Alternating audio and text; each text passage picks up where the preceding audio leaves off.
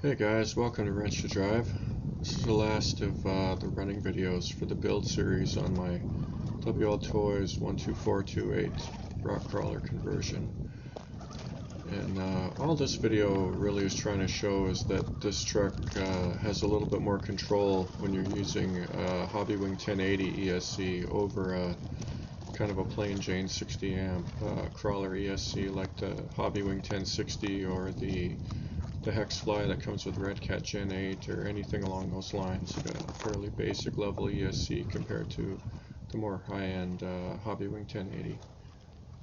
As you can see here, it's still a little jerky, especially coming off of a loaded up situation. So you're trying to get the tires to go over a rock and then you come down off the other side of the rock. It's a little bit tricky, and keep in mind that I'm driving one-handed here, so I have a little bit of heavy throttle finger syndrome in this type of situation because it's kind of hard to concentrate on shooting video and running the truck at the same time.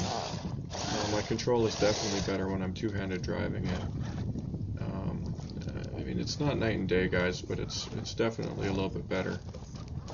So as you can see here, and sorry for the camera angles, guys, I didn't realize that I have my angle a little bit off on the camera holder. But the control is definitely a little bit better, and it's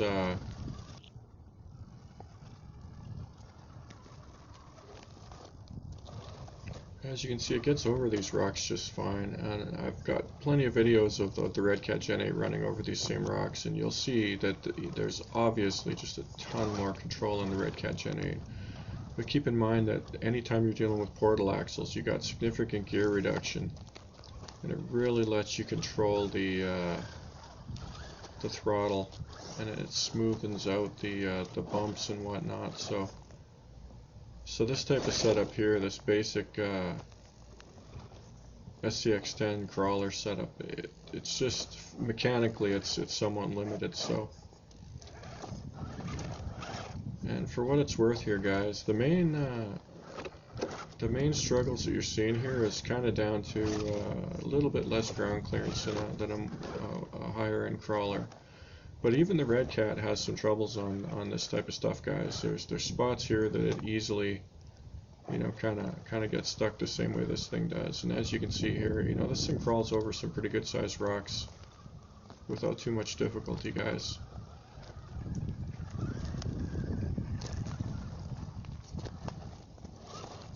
We'll take another pass here.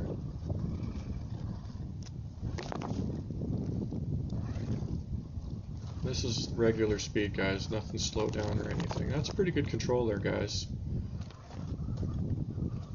Like I said, your high-end crawlers with portal axles are going to be better, but you know, I don't know, to me, to my eye, that's significantly improved, guys, and not terrible at all. And keep in mind that this is a really cheap build. Actually, and guys, I did order a 35 turn crawler motor, so I'm really curious to slap that in there and see how it does. I was tempted to go with the 45, but they didn't have that available for, I think it was supposed to come in 2 more weeks, and it kind of pushes the arrival date to when it might be snowy outside here, so I decided to roll the dice and get a 35 turn and see how that performs. I think I know what to expect, guys, but I figured, for 15 bucks, what the hell, order one up, and so that video will be coming probably in a couple of months, guys. Unfortunately, everything takes forever to get here, so what are you gonna do? This pile of rocks, guys, I'm gonna play around on for a little bit here, and for what it's worth, guys, this pile of rocks is difficult for any crawler. The Red Cat does not do a whole lot better, and the interesting thing, guys, is the Red Cat actually rolls over really easily compared to this thing. This thing actually, the center of gravity is quite low, and it's very stable. Hung up on a rock there, guys. So while this truck doesn't get up this pile of rocks particularly well in a couple angles you'll see here, the Red Cat struggles too, guys. Like I was surprised. I had the Red Cat out after this for a little run, and Right over here, actually, I think is where it's really rough. I'm going to show you. So it gets over that fine, and then when you get up to this, it kind of looks like the crawler should be able to get up this, guys, and this thing does okay. Like, gets kind of halfway up there and has a little bit of trouble. The red cat had equally as much trouble on this, guys, and I would actually say maybe slightly more trouble, because like I said, it rolled over several times and rolled over much more easily than this thing did. So it seems to grip a little bit better, and the tires that I was running were identical. And it's got just a little bit more clearance, so it was able to get up over a couple of rocks that this thing is clearly struggling on, guys.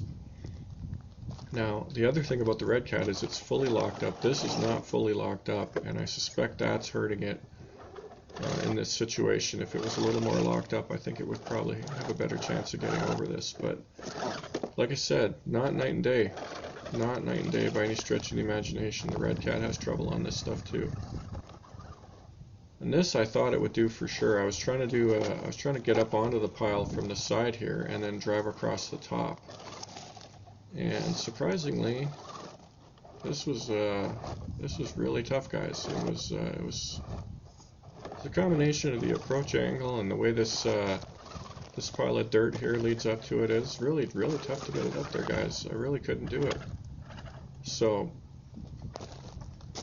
I don't know. That's kind of the nature of the hobby, guys. When you're running these crawlers, it's all about you know, trying to get up onto something that's a challenge. And pretty much no matter what you run, guys, you're always going to run into something that it can't really pull off. It's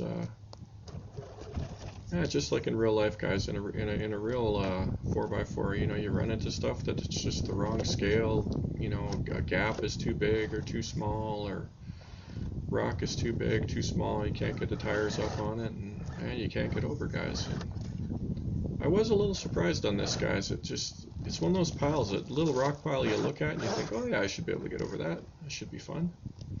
And I mean, it's fun, but it's super hard, guys. Super hard. And here, like, I'm kind of up on it, and I thought for sure it would be able to do a little better, guys. But once you're on there, it's an adventure. And here you'll see that the lack of being fully locked up, like right there, I got 2 wheels in the air spinning and 2 wheels on the ground, really not doing much, guys. And it's by no means stuck, but it's also not making any progress. I can go back, but I can't go forward, so yeah, backed up a little bit, and that's it, guys. That's it. Should not go any farther.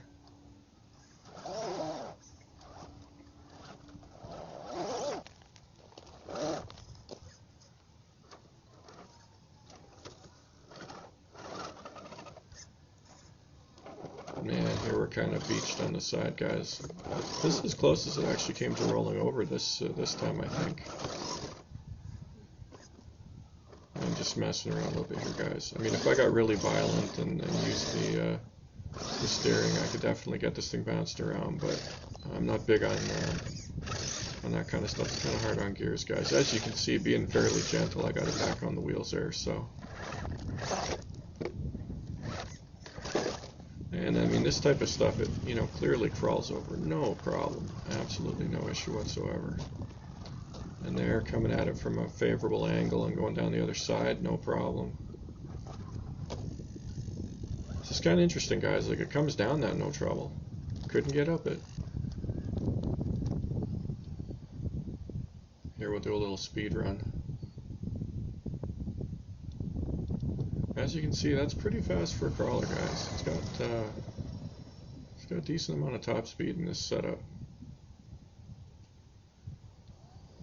I think the next video I'm going to do is probably a bit of a driving around, doing some little jumps and bashing on it a little bit, guys, and see how it holds up. I've done a bunch of that driving, didn't really get it on video because with this type of camera setup, it's actually kind of hard to get the high-speed stuff. It's always a bit of a trade-off, and I'm not that good at driving and camera operating at the same time, so what are you going to do? Here we're just kind of crawling along, and as you can see, weeds and bumps and little rocks and stuff are no obstacle whatsoever. It's worth noting, guys, like in WLToys 12428 configuration, like the way you get out of the box, this type of terrain is really not fun, guys. Like this little area here is is too bumpy, too rough. It's really not that much fun to drive that thing on. It rolls over really easy. You can't really use the speed without the axles locked up. It gets stuck really easy. I mean, it is what it is, guys. I get it. I understand. I'm not ragging on it just you know, just to be a jerk. But you know, this thing for a lot of terrain is super capable the way it's set up right here, guys. You've probably seen this hill before, and it gets up, as you'll see, it gets up a lot easier. And the only thing different is the speed controller, guys. So I'm not quite sure. I don't know if I'm driving a little bit better here, because I find it hard to believe the speed controller made that much difference, guys. But I mean, you can see I got up there really easy compared to last time. Get a little bit more control going down hills for sure. The drag brake on the CSC is phenomenal, guys. I actually turned it down a little bit because 100% drag brake was, you know, back end of the truck kicks up in the air. You know, does brakies every time you get off the throttle. So, and here we go again. I'm just doing a couple of runs on this because it was so easy to get up there. I was, you know, just to play around a little bit. And there, as you can see, I was spinning the tires, but it's got a real good control there, guys. Like, it gets up this hill real easy, and I don't know, it's a little bit drier maybe, different ESC. I don't know. It's a tough call, guys. It's all I know is this in this run, there's not much, you know, to the eye that's different, but boy, oh boy, it had a much easier time getting up and down that hill. That's about it, guys. So we're running out to the back to the road here, and yeah, this truck works all right, guys. It's not the best crawler in the world, but it's not the worst crawler in the world either. And you can build this thing on a budget. I'm gonna do a path to building this video that's gonna come out very shortly here, and it's gonna show you kind of talk about everything that I did in the process of upgrading this, all the electronics and the mechanicals and stuff, and yeah, you know, if you got a WLToys 12428 kicking around, guys, you can definitely you can use a bunch of the parts and get yourself down the road into getting into crawlers and see if you like it or not without spending too much money. Is it the best way to go? I don't know. I have no idea. All I know is I had a lot of fun building this, and it runs pretty good, guys. It's definitely not something that I look at and think, what was I thinking? It was well worth the time and trouble. So there you go. Hope you enjoyed. See you next time on Drive to Wrench, where we ask the eternal question: do you wrench to drive, or do you drive to wrench?